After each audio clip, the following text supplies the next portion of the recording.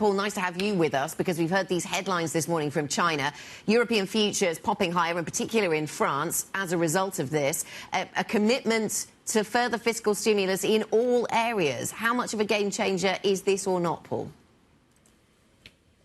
Yeah, good morning, Anna. It's certainly what the market had been hoping for and waiting for in terms of some signs of real policy deliverance here from the Chinese authorities. We remember we had that big run-up a month, 6 weeks ago, and then we started to lose a little bit of steam in China's markets because people were asking, well, is there going to be follow-through? Are we really going to see signs of stimulus? Now what we're hearing, a commitment to a looser monetary policy, fiscal support, efforts to prop up both the stock market and the housing market. That's what the market has been waiting for. All those boxes checked more or less, and then this sets the tone for the Central Economic Work Conference discussions, which will start pretty much straight afterwards, as we understand it.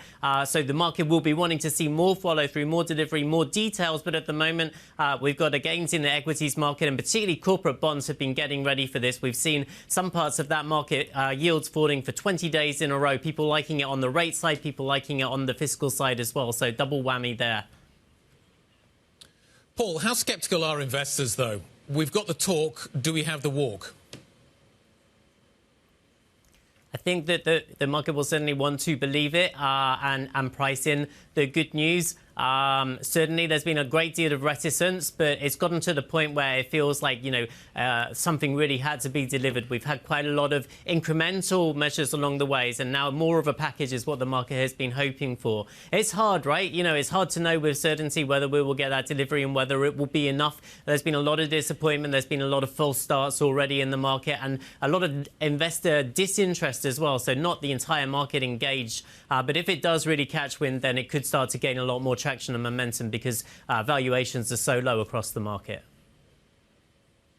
Paul, we had a different Paul on the show earlier talking to us about the fact that this kind of idea of a Trump administration could give China license to ease further.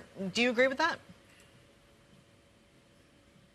Trump administration could do all sorts of things. Who would want to be a forecaster in financial markets for next year, Kriti? It's going to be very difficult. I think what's really interesting is you're seeing more and more strategists putting out these notes saying, what are the curveballs? What could we get wrong? What could be the surprises next year? So everything's kind of out there.